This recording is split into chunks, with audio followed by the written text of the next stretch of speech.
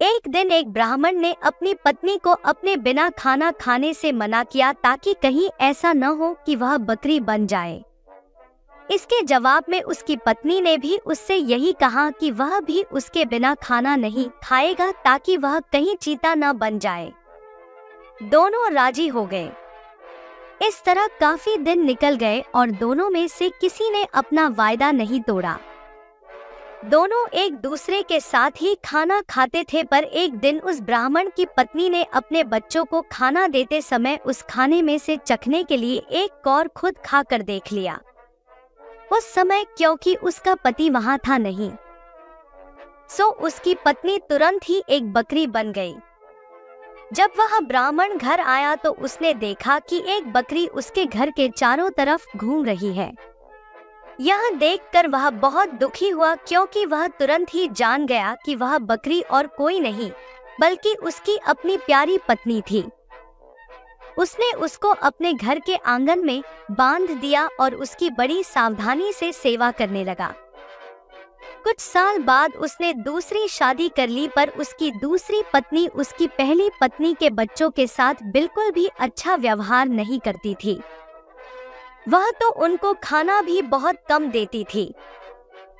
वे बच्चे बेचारे बहुत परेशान रहते थे। उनकी बकरी माँ उनकी शिकायतों को सुनती रहती, पर वह बेचारी भी कुछ नहीं कर सकती थी। उन बच्चों की माँ ने यह भी देखा कि उसके बच्चे दुबले होते जा रहे हैं।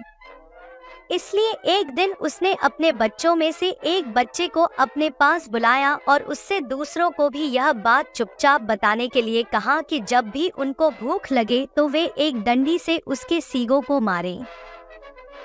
ऐसा करने से उसके सींगों में से कुछ खाना निकल आएगा जिसे वे खा सकते थे। बच्चों ने ऐसा ही किया। अब जब भी उनको भूख लगती तो वे अपनी बकरी माँ के सींगों में डंडी मारते। इससे उनमें से कुछ खाना निकल आता और वे उसको खाकर अपना पेट भर लेते। इससे धीरे धीरे उनकी तंदुरुस्ती अच्छी होने लगी। पर यह तो उस सौतेली माँ की उम्मीदों के खिलाफ हो रहा था।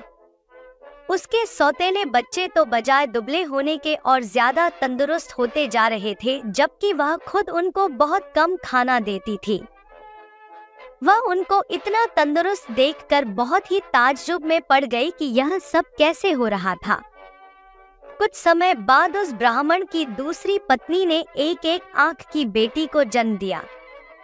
वह अपनी उस कानी बेटी को बहुत प्यार करती थी और उसकी किसी भी जरूरत को तुरंत ही पूरा करने को तैयार रहती थी, जिसको वह समझती थी कि वह उसको चाहिए।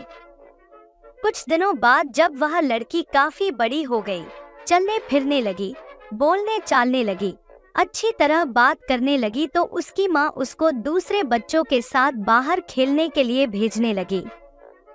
उसने उसको यह भी कहा कि वह अपने बड़े भाई बहनों पर निगाह रखे कि वे कब और कैसे खाते पीते हैं। लड़की ने कहा ठीक है। वह लड़की उनके साथ सारे दिन रही और उसने वह सब कुछ देखा जो उनके साथ हुआ। यह सुनकर कि बकरी उसके सौतेले बच्चों को खाना दे रही थी, वह दूसरी पत्नी बहुत गुस्सा हुई। उसने तय कर लिया कि वह उस बकरी को जल्दी से जल्दी मरवा देगी। एक दिन उसने बहाना किया कि वह बहुत बीमार है और अपने इलाज के लिए एक हकीम को बुलवाया। उसने उस हकीम को रिश्वत दी और कहा कि वह उसके लिए दवा के तौर पर बकरी का मांस खाने के लिए बताए। उस हकीम ने ऐसा ही किया। ब्राह्मण अपनी पत्नी की बीमारी के लिए बहुत चिंतित था और हालांकि वह बकरी को बिल्कुल मारना नहीं चाहता था, फिर भी वह अपनी दूसरी पत्नी को ठीक करने के लिए उस बकरी को मारने को लिए तैयार हो गया। पर यह सुनकर उसकी पहली पत्नी के छोटे छोटे बच्चे बहुत रोए। वे बहुत दुखी होकर अपनी बकरी माँ के पास गए और उसको जाकर सब बताया। उनकी माँ ने कहा, मेरे प्यारे बच्चों, रो नहीं। जो जिंदगी मैं जी रही हूँ, ऐसी जिंदगी से तो मर जाना अच्छा है। रो नहीं। मुझे तुम्हारे खाने को लेकर कोई दुख नहीं है, क्योंकि अगर तुम मेरा कहा करोगे तो खाना तो तुमको उसके बाद भी मिलता रहेगा। मेरे मरने के बाद तुम लोग मेरी हड्डियां इकट्ठी कर लेना और उनको किसी ऐसी जगह दबा देना जहां उनको कोई ढूंढ न सके। फिर जब भी तुमको भूख लगे तो तुम वहां आ जाना, तुमको वहां खाना मिल जाएगा। उस बकरी ने उनको यह सलाह बड़े समय से दे दी थी, क्योंकि जैसे ही उसने अपनी बात खत्म की और उसके बच्चे वहां से गए कि तभी एक कसाई अपना बड़ा सा चाकू लेकर वहां आ पहुंचा और उसने उस बकरी को मार दिया। उस बकरी के शरीर को टुकड़ों में काट कर पका दिया गया। ब्राह्मण की पत्नी ने उस बकरी के मांस को खाया, पर बच्चों को केवल हड्डियां ही मिली।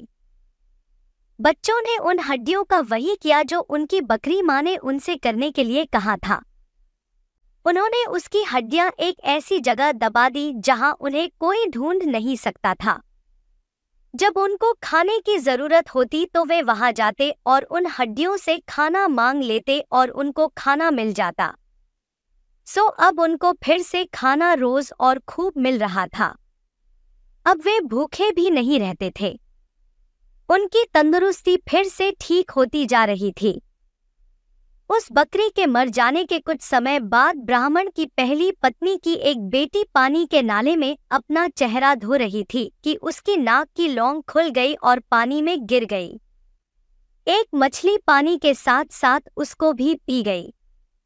अब हुआ यह कि एक मछियारे ने वह मछली पकड़ ली और राजा के रसोइये को बेच दी। रसोइये ने जब उस मछली को पकाने के लिए काटा तो उसको यह देखकर बड़ा आश्चर्य हुआ कि उसके अंदर तो नाक की एक लौंग थी। वह उसको लेकर राजा के पास गया तो राजा को भी उसमें रुचि हो गई। राजा ने अपने राज्य में यह मुनादी पिटवा दी कि जिस किसी की भी नाक की लौंग खो गई हो वह उसको राजा से आकर ले जाए।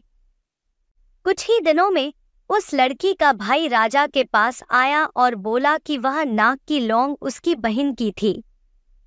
उसकी यह नाक की लौंग उसका चेहरा धोते समय नाले में गिर पड़ी थी। राजा ने उस लड़की को बुलाया तो वह उसकी सुंदरता और अच्छा व्यवहार देखकर इतना प्रभावित हुआ कि उसने उससे शादी कर ली और उसके परिवार की भी खूब सहायता की।